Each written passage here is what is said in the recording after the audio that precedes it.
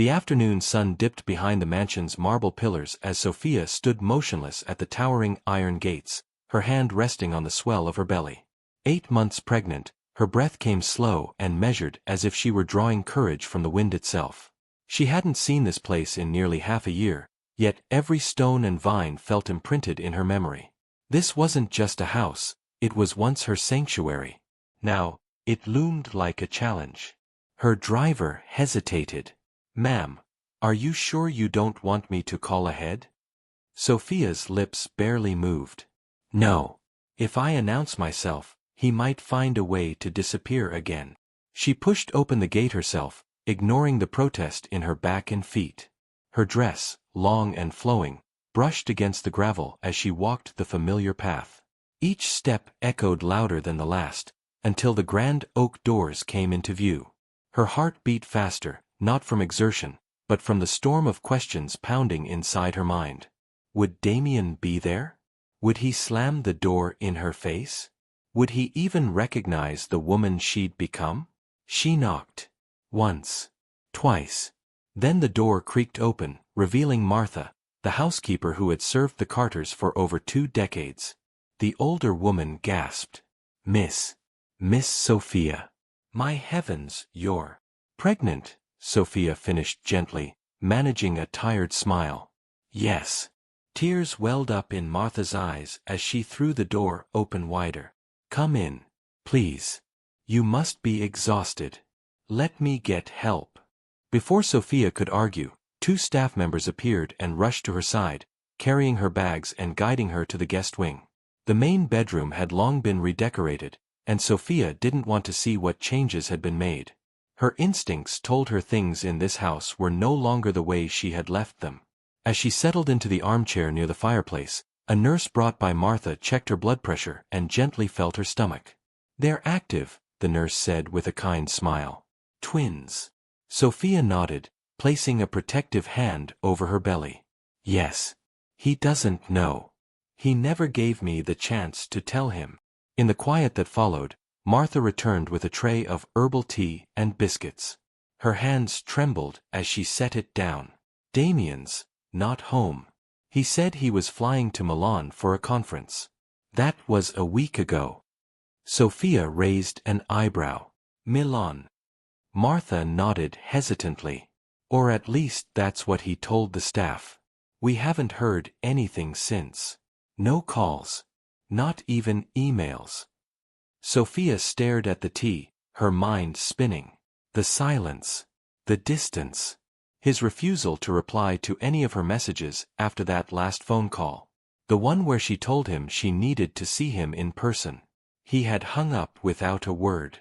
"I don't believe he's in Milan," she whispered more to herself than anyone else. "I think he's hiding something." The nurse packed her kit quietly and excused herself. Sophia turned to Martha. "I don't need him to welcome me.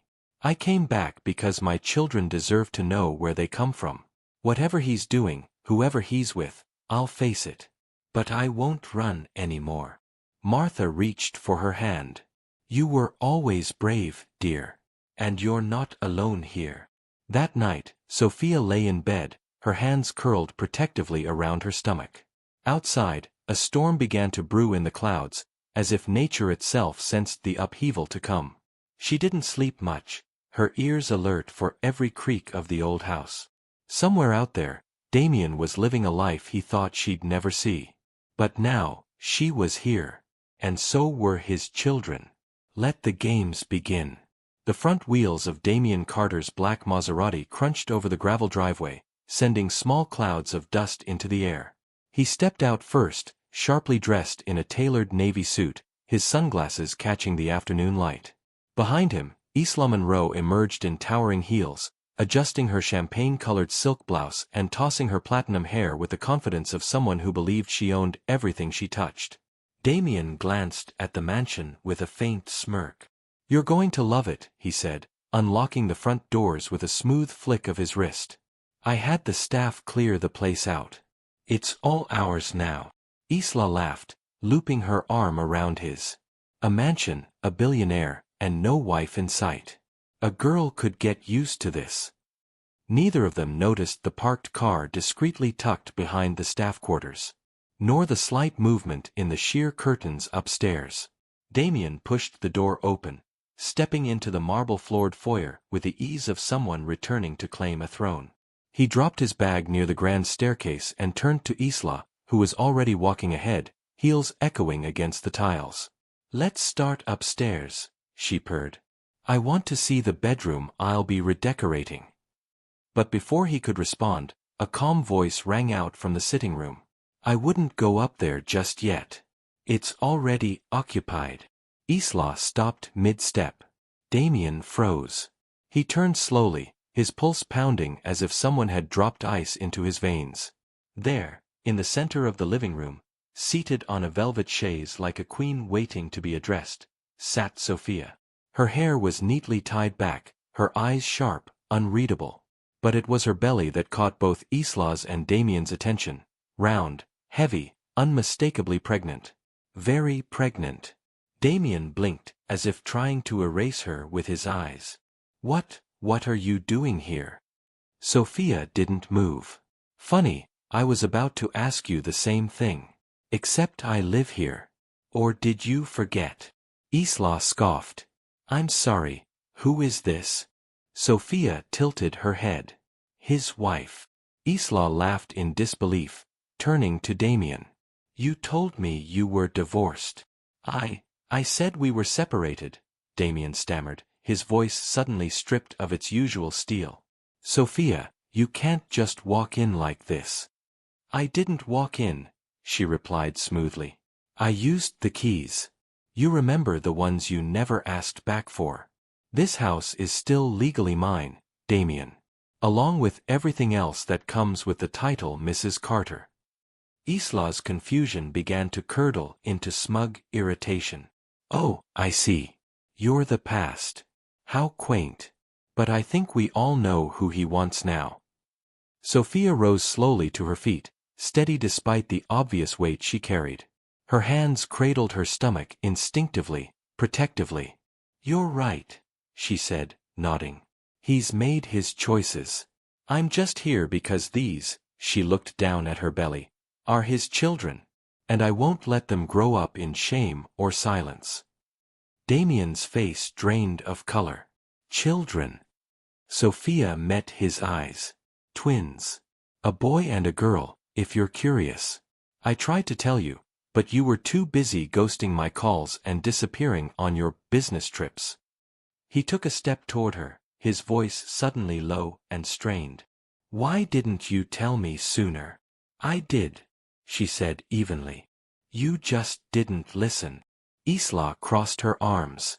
"This is ridiculous. Are we really supposed to believe this?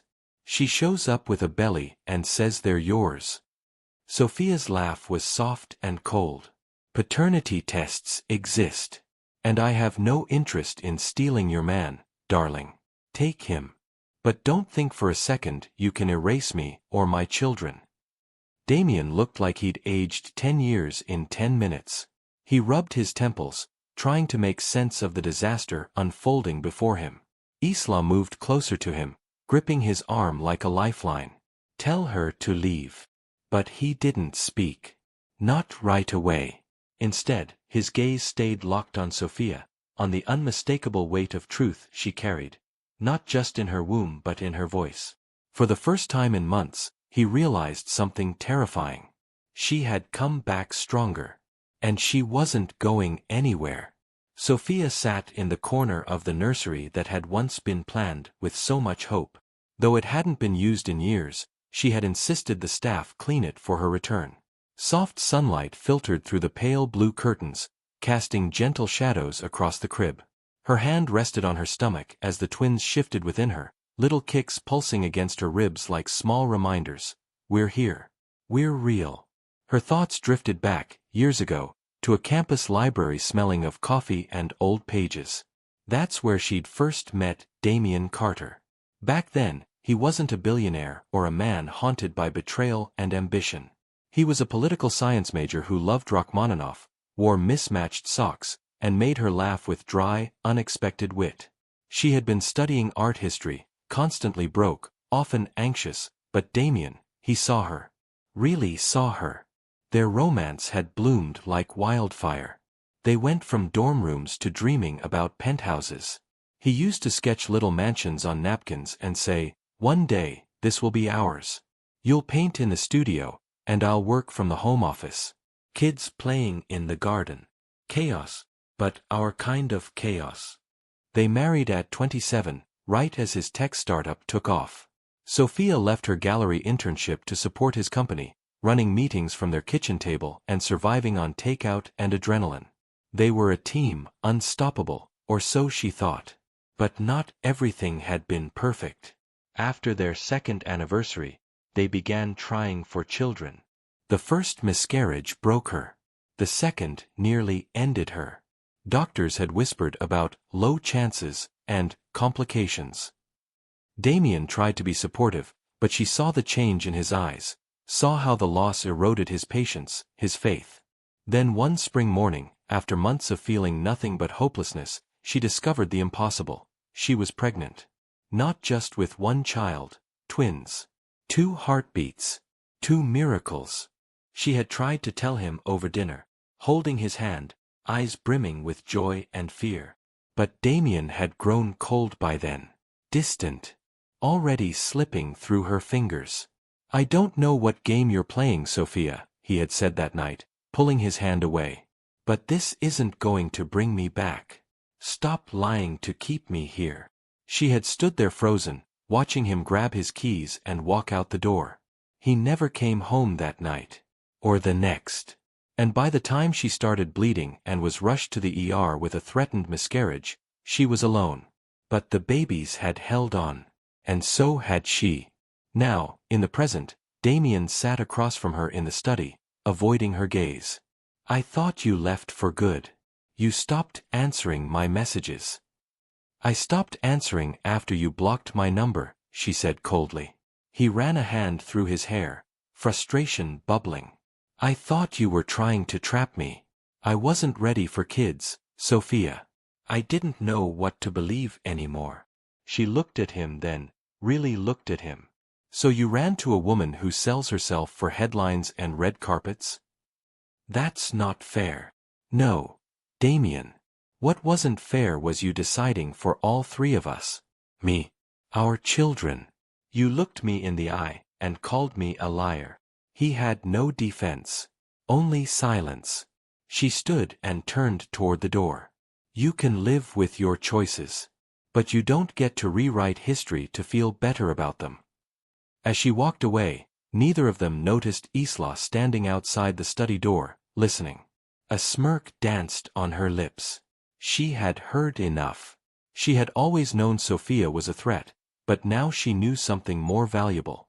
This wasn't just about a man. It was about legacy. And Isla wasn't going to give up her golden prize without a war.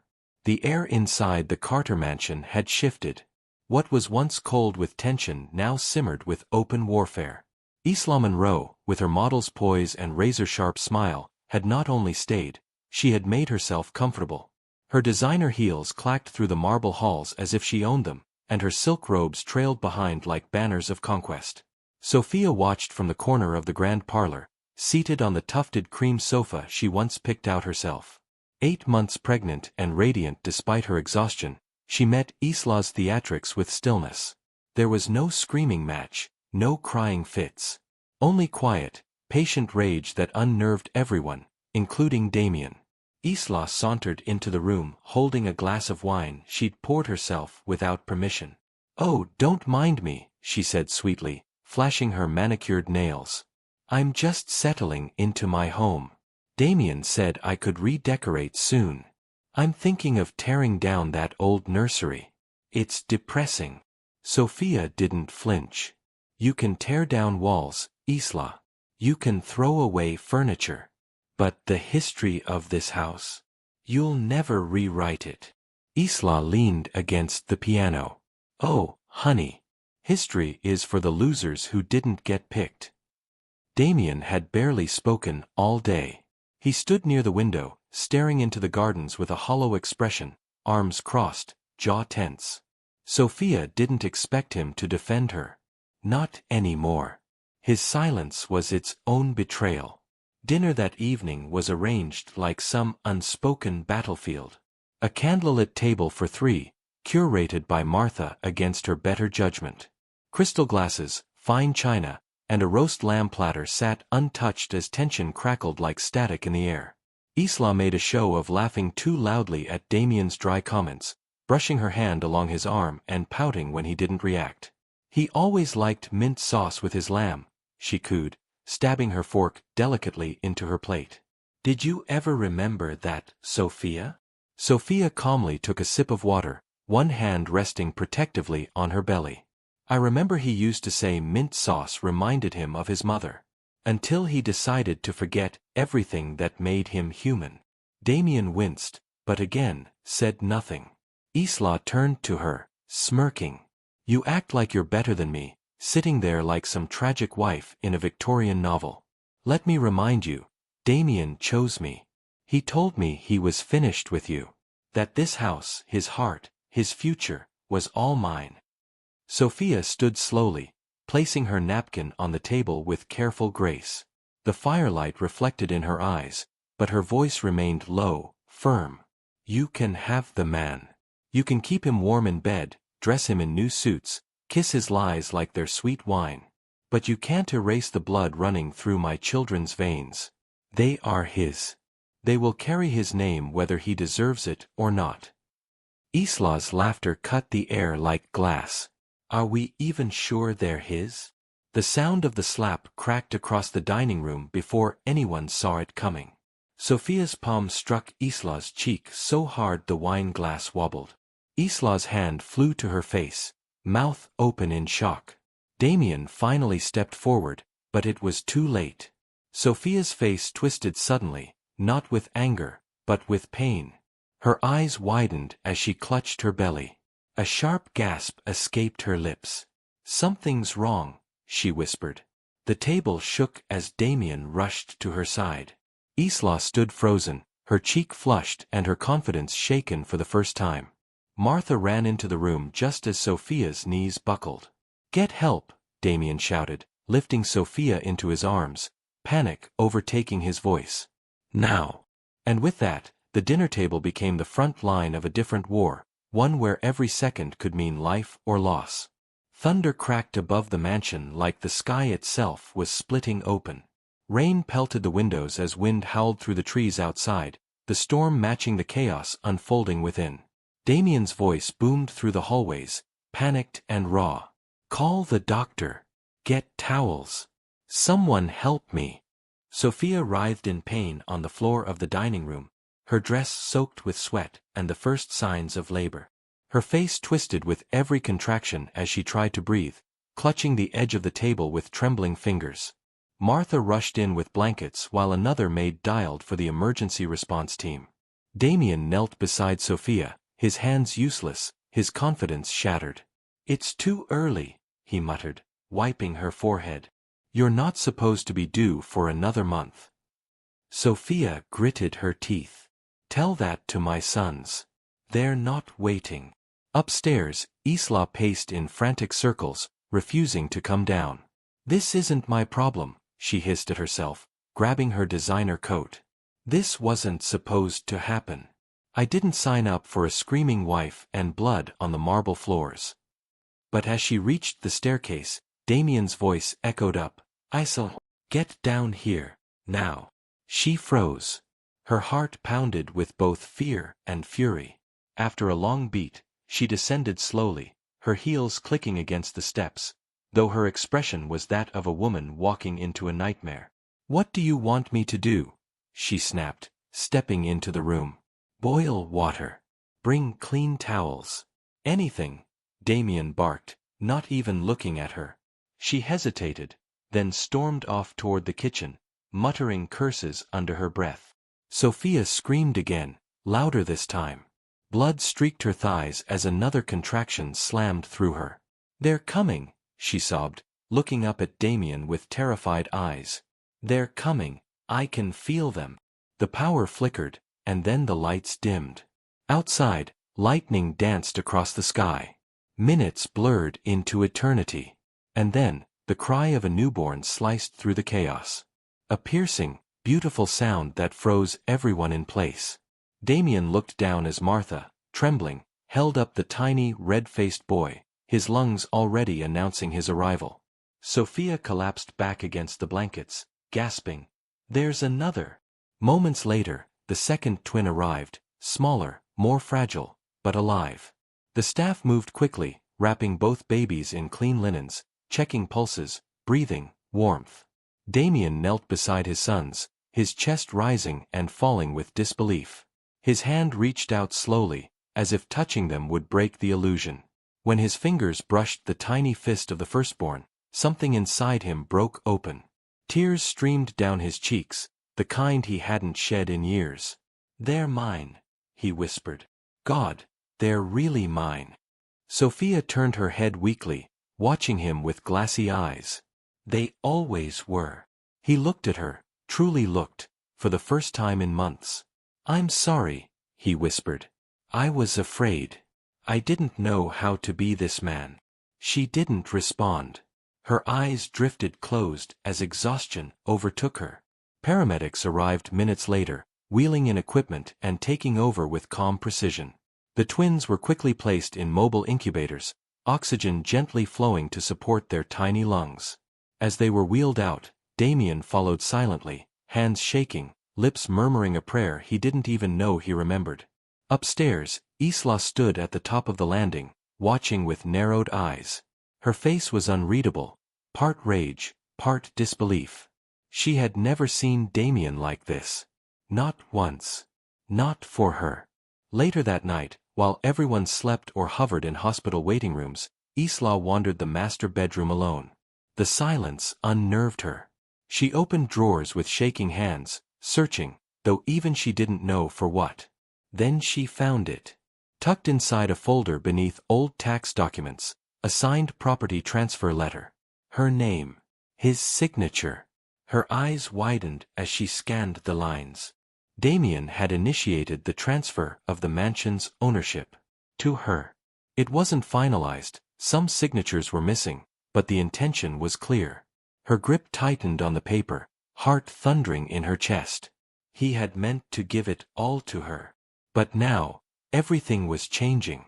It was nearly dawn when Damien returned to the mansion from the hospital, his shirt rumpled, hair disheveled, and mind clouded. The twins were stable, still in the NICU, but breathing, living. He had kissed their foreheads, whispered their names, Elijah and Ezra, and felt a strange, terrifying swell of love consume him. He stepped into the foyer like a man waking from a coma, unsure of what life looked like now. The house was silent, save for the ticking grandfather clock and the faint sound of high heels echoing down the stairs. Isla appeared in the hallway, fully dressed and perfectly poised in an ivory blouse and black pencil skirt. She looked like a woman going to war. In her hand was a folder. "You look like hell," she said coolly. Damien rubbed his eyes. "Not now, Isla. I've been at the hospital all night." "I know," she said, voice sharp. "With her."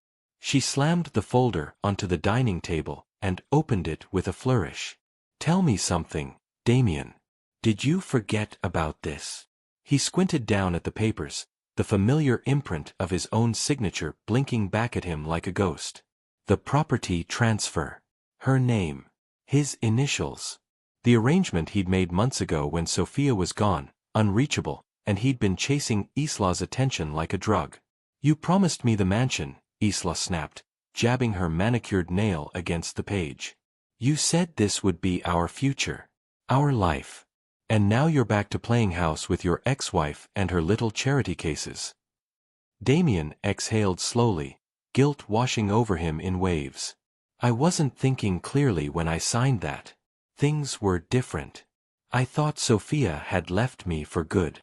"Well, she didn't," Isla hissed. "And now you're going to throw away everything we had because she waddled back in pregnant?" "She's not just pregnant," Damien muttered. "She's the mother of my children." Isla laughed bitterly. "Oh, don't go soft on me now. That woman has poisoned this house with her martyr complex. And I'm not going to stand here while she turns you into some diaper-changing loser. Either she goes, or I do. Damien looked at the document again, his stomach knotting. You don't own this house, Isla. The transfer wasn't finalized. The deed is still under legal review.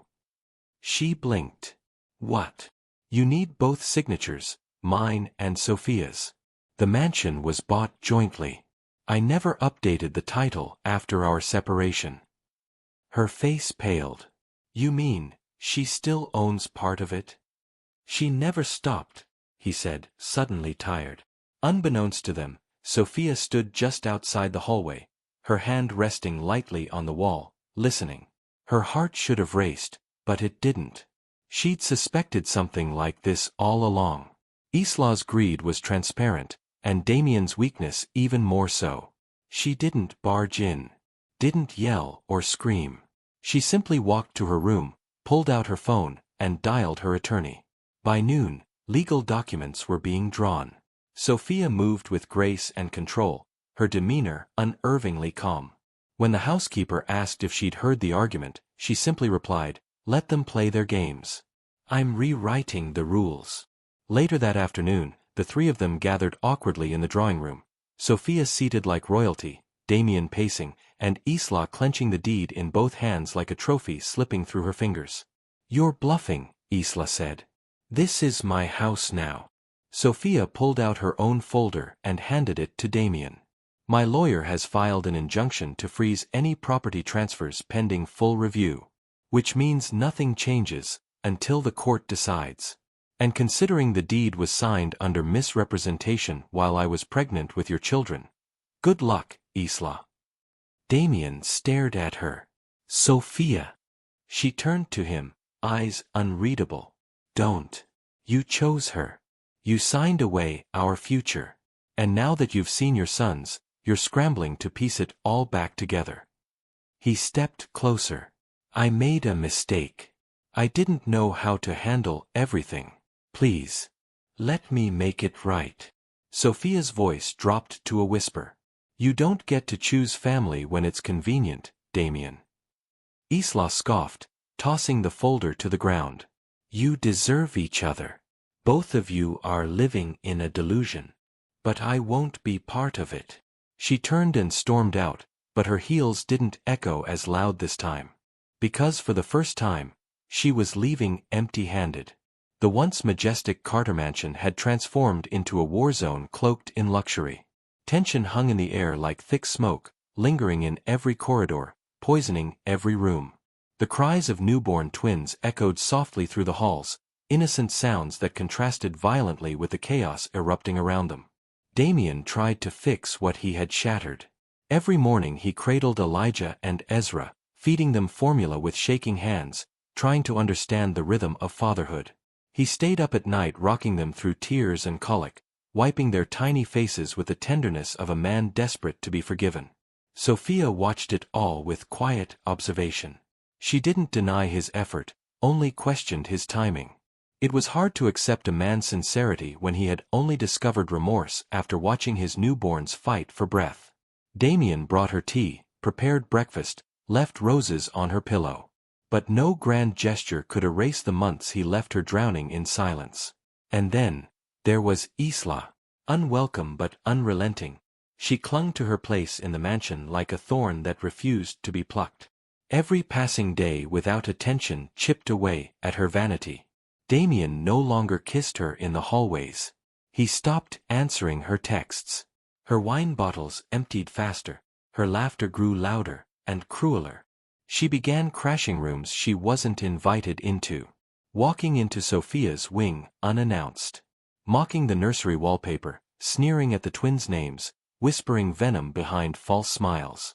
"I hope they grow up and forget you," she once murmured in Sophia's ear, just loud enough to be heard. But Sophia remained unshaken. She had learned to hold her power quietly. The final line was crossed on a rainy Tuesday evening. The twins were asleep in their shared bassinet, the nanny folding laundry across the room. Isla stumbled in, a half-empty wine glass in hand, eyes wild with jealousy. "They look so fragile," she said, approaching the bassinet with an unsteady gait. "Do you think they'll survive all this? Maybe they're better off, slipping away peacefully." The nanny turned sharply. "Ms. Monroe, step away from the babies." Isla smiled, her fingers twitching inches from one of the boys' blankets. "I was just wondering what would happen if the monitor accidentally unplugged." The nanny moved fast. Grabbed Isla's arm. "That's enough." Sophia arrived moments later, having been called by the panicked nanny. What she found chilled her. Isla slumped in a chair, still holding her wineglass, muttering things too twisted to repeat. And Sophia, calm as ever, raised her phone. She had been recording the last few minutes. By nightfall, her lawyer was on the line. The next morning, police officers entered the mansion with a court order. Damien pleaded, standing in the foyer with desperation in his eyes. "Sophia, please. She's not well. Don't let it go this far. We can handle it privately." "She tried to harm our children," Sophia said coldly. "You don't get to protect her now." Isla screamed as the cuffs clicked around her wrists. "You'll regret this. I made you who you are, Damien. You owe me." He didn't respond. She was led out barefoot, mascara streaked, her confidence in ruins. Later that day, Sophia packed 2 small bags and gently tucked Elijah and Ezra into their carriers. Martha offered to drive, but Sophia refused. She needed space. Air. She drove to her old friend Clara's villa an hour outside the city, a quiet haven filled with lavender and soft jazz. That night, she nursed her sons by moonlight, kissed their foreheads, and whispered, "You're safe now. Mama won't let the world touch you." And for the first time in weeks, she slept peacefully. No echoes of betrayal, no threats behind doors. Only the steady, rhythmic breathing of the 2 hearts she had fought for. The silence after Isla's departure was deafening.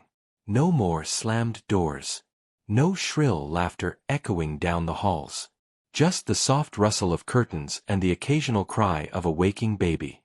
For the first time in months, Damien stood alone in the nursery, looking down at his twin sons as they slept, tiny chests rising and falling in sync, curled fists clutching at nothing. There was no chaos now. No distractions. Just him, them, and the unbearable weight of everything he had done. He reached into the crib and gently touched Elijah's hand. The baby stirred slightly, letting out a sigh, and Damien's breath hitched. This boy, this little person, had his eyes. And Ezra, swaddled next to him, had Sophia's soft chin. They were beautiful, innocent, untouched by the ugliness of adult mistakes. And they had almost been taken from him before he even knew them. Guilt gnawed at him with every diaper change, every bottle, every lullaby he attempted off-key. He didn't ask Sophia for another chance. He knew he didn't deserve one. Instead, he began the long, slow path toward redemption. He signed up for parenting classes. Sat in a circle with single moms and nervous teenage fathers. He listened when they spoke about colic, teething, and midnight feedings. He took notes. Failed his first attempt at burping Ezra. Cried the first time Sophia let him bathe the twins alone. He stopped sending roses and expensive bracelets. Instead, he cleaned the kitchen. Learned to cook her favorite lentil soup. Took over midnight feeds so she could sleep. He never once asked to share her bed. Sophia noticed everything. She watched from the hallway as he read picture books with exaggerated voices. Heard him cry in the dark one night when he thought no one could hear. She saw his hands tremble every time one of the babies coughed. But her heart, though soft, was guarded. One night, after the twins had gone to sleep and the storm clouds rolled quietly across the sky, Damien knocked on her door. Not with the confidence of a man claiming space, but with the hesitation of someone seeking mercy. She looked up from her journal. Yes. He stepped inside slowly. I need to say something. And I need to say it right. She said nothing. He exhaled. I messed everything up. Not just with you, but with myself. I was afraid of being a father. Of failing. Of not knowing who I was without success or control. I used Isla to fill a hole I should have dealt with alone. I ran from you when I should have held on. And now, every time I see our sons, I see the man I wasn't, but want to be. Silence filled the room. Heavy. Then Sophia closed her journal, stood, and looked at him with tired, honest eyes. It's not too late to be a good father, she said softly. But you'll have to earn back being my husband.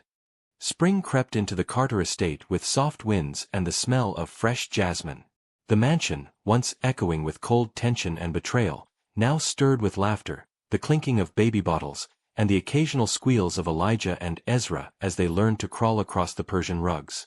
Months had passed since Sophia left with the twins to find peace.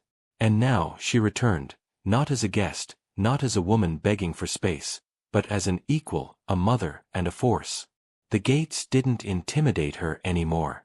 She walked through them with her chin high, the keys in her hand, the co-ownership papers in her bag, and her sons on each hip. The first thing she did was reclaim the sunroom.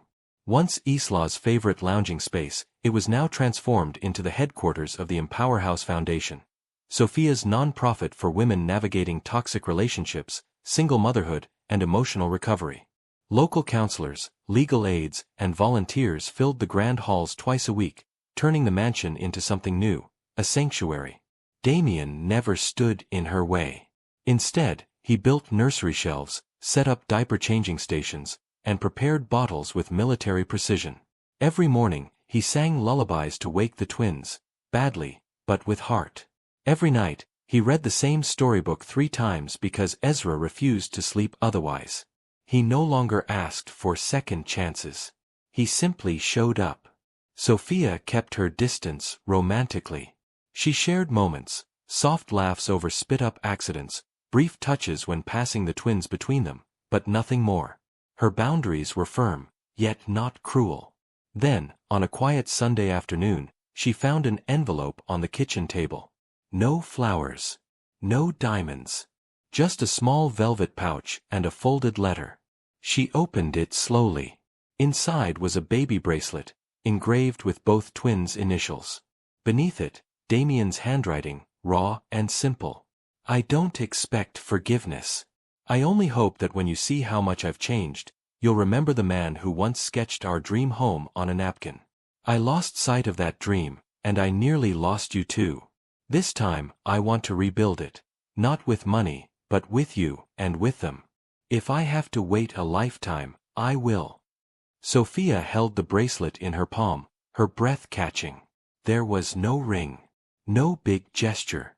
Just honesty. She didn't reply, not with words. That night, after the twins finally fell asleep and the house settled into silence, Sophia walked onto the balcony. The night air was cool, the stars scattered across the velvet sky. Damien sat there already, hunched forward, staring at the baby monitor in his hand like it was made of glass. She sat beside him quietly, no announcement. After a few minutes, she reached over and took his hand. He looked at her, eyes wide with hope he dared not speak. I haven't forgotten who you were, she said, voice just above a whisper. And I'm starting to see who you are now. They sat there for a long time, fingers entwined, the faint sound of their son's breathing playing softly through the monitor. Peace, real peace, didn't come with fireworks. It came gently, like the slow blooming of a flower in the shadow of a long, hard winter. 1 year later, the Carter mansion shimmered with golden lights and blooming hydrangeas, its grand halls filled with guests in elegant attire. The once silent corridors now pulsed with laughter, soft music, and a new kind of energy, one born not of wealth and power, but of healing and purpose. The Empower House Foundation's first annual gala was in full swing, hosting donors, volunteers, and the very women it had been created to uplift. Single mothers, survivors of abandonment, and those rebuilding their lives one brave step at a time. At the center of it all stood Sophia. Dressed in a deep emerald gown, her hair swept into a soft bun, she looked every bit the woman she had fought to become. Poised, grounded, radiant. She took the stage to polite applause that quickly swelled to a standing ovation. Thank you, she began, her voice clear, calm, and strong. A year ago, I walked back into this mansion carrying 2 lives inside me and nothing else. No promises, no support, and certainly no peace. I came not as a wife seeking closure, but as a mother fighting for a future. She paused, scanning the crowd. Damien stood near the edge of the stage, dressed in a simple suit, hands clasped. He didn't interrupt. He wasn't there to reclaim anything, only to support the woman who had risen despite him. Sophia continued, "Life has taught me that we do not always get to choose what breaks us. But we always get to choose what we build afterward. I chose to build hope, for myself, and for every woman who was told she wasn't enough." She turned slightly and motioned toward the side of the stage. 2 toddling boys, Elijah and Ezra, were led up by their nanny, both in tiny matching tuxedos. The crowd let out a collective, joyful murmur. Sophia knelt and kissed them both, then turned to the audience with tears in her eyes. "These are my sons. My greatest victory. My reminder that the darkest moments can give birth to the brightest light." Later, as the event ended and the guests trickled out, Sophia walked through the same iron gates she had once approached trembling. But now, she walked tall, holding a tiny hand in each of hers. Her sons laughed beside her, carefree and loud. The camera panned back as her voice echoed like a final promise. "He brought his mistress to destroy me, but fate brought me back to rise. With twins, with pride, with power."